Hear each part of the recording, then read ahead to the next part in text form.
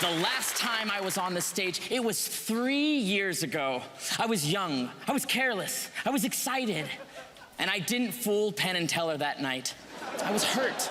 So, I've been living outside the stage door for the last 3 years, and I talked to every single performer who fooled you, and I studied their moves, I studied their techniques, I studied their methods. That way, I could figure out the secret to fooling you. So, when I'm done with my act tonight, and you ask, did you figure out my trick? I'm gonna tell you the same thing the producers of this show told me when I wanted to come back on this stage. No. Now, you might call me a little bit crazy, but the bottom line is, the only result that I will accept tonight is that I fooled both of you. So, ladies and gentlemen, a round of applause for Penn and Teller as they join me on stage. Now, while I've been living outside for 3 years, I discovered that the magic that I needed to fool both of you was at my fingertips with my cell phone. So now, due to legal reasons, I can't say the kind of phone I have, but we'll just call it a fruit phone, and it'll make sense with that. So, I'm gonna fool you by using the calculator of the phone, my lucky number 7, and a little bit of magic. Watch the 7 furthest away from me.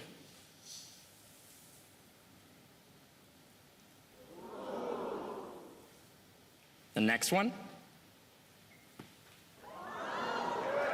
The third one from the center. Okay, I'm gonna show you guys how that works, just to give you a little advantage. That's just how you erase a number on this type of phone. Most people don't know that. Teller, you can go ahead and try just, see there's no buttons you have to push. Exactly, everyone at home and the audience right now is probably checking in on their phone as well. It's very easy, there's no buttons you need to push. Now the reason I explain this is because when I do magic for like very little kids or TV personalities, sometimes they don't know what's impossible because they don't know what is possible. So, I have to make this feel impossible again. It's very simple. Now, a second ago, Teller, you wiped your finger across and the number came off fairly easy. And if you try again, it doesn't work this time. Penn, you can do the same. Nothing. Very easily, now that the phone has been magified, if I just take the number, I can now come straight down off the top of the phone. That gets me 1 7 on the phone, but I'm holding a 7 here. So if I toss that up, I can catch the 7 back on the phone. If I flick, the 7 disappears. If I shake, the 7 vanishes. But that's my lucky number. That's what you're probably thinking. Oh, it's his lucky number. He's probably doing it. So let's come up with a number together. Teller, using your fingers, give me about 4 numbers. 1, 4. That's 9, I think.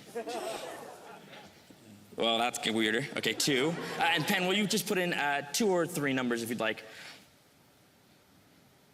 Wonderful.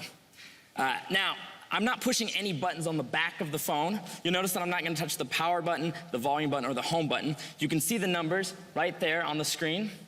If I just give the phone a flick, the numbers disappear. I'll grab the very edges of the phone. You'll notice I'm not touching anywhere near the buttons. If I shake, the numbers come back. But it's because I'm moving the phone. It might be blurry for you. So I'm gonna do it one more time. I'm gonna keep very still and put my elbows on the table. And all I'm gonna do is blow. Numbers disappear. Once again, you still may be thinking, it's my phone, so there's probably something tricky about it. Penn, can I borrow do you have a fruit phone? I do, I do. I have one in my pocket. And would you like the calculator? Yes. Okay. Perfect, we're gonna use your phone. We're gonna put in a set of numbers together. Okay. So, you pick any 4 digits you like. Okay. 2. 2. 5. 2, 5. 8. 8. 3. 2, 5, 8, 3. Perfect. Teller, do me a favor. Will you hit the clear button on the phone? Wonderful. So you'll notice, Penn, on your phone, it says C. That stands for... Mine's bigger than yours. Yours is bigger than mine. I appreciate it. Now you see there's a C on your phone. That stands for clear. And there's an AC on my phone. That stands for all clear. That way there's no number stored on the phone.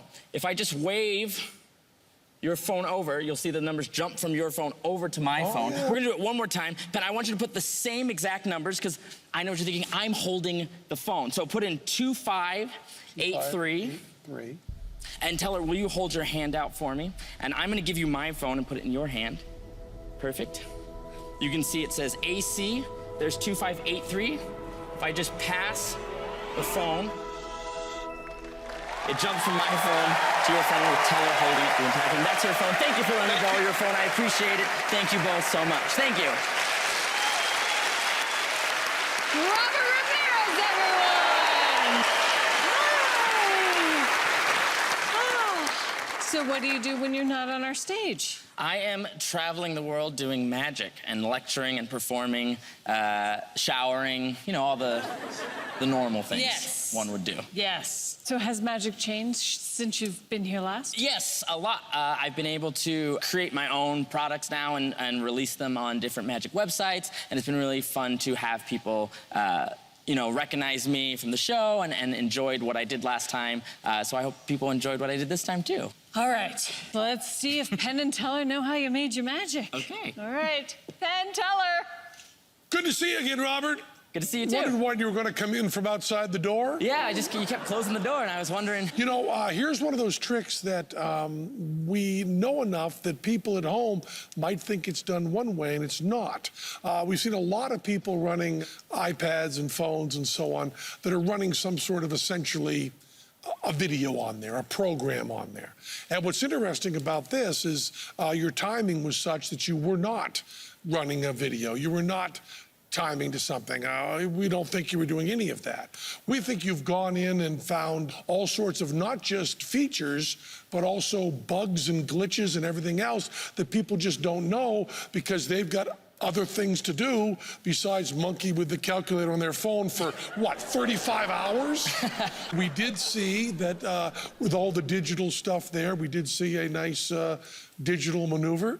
We think that really nice routine, really, really funny. We think you did not fool us this time, but I'll tell you, your cardboard box is still outside the door. Stay there and come back in a year or two. Try again. Is that true? Yes. So... I just have like the last thing is the only thing my question, because it's like that's not a glitch. Oh, you're right. Well, it was such a good routine that I was hoping we could take a screenshot of it, but I didn't get a chance to do that. But it was a wonderful routine. Perfect, thank you. So do they know how you did it? I'm pretty sure they do. All right, back to the box. Robert Ramirez. When people find out that I've been on Fool Us, the first question they always ask is, did you fool them? Tragically, the answer is no, and it hurts. As much as it is an honor just to be invited back, this time I really, really, really need to fool them. So, I've studied every act that's ever been on the show. I've examined my entire magic repertoire. I've even learned how to say the word repertoire. And I'm taking advantage of my experience as a theater performer. I've come up with a hook for my performance that is so bizarre, I think it will distract them, arouse their sympathy, and give me a great shot at fooling them. Penn and Teller, this time, I'm gonna fool you. I hope.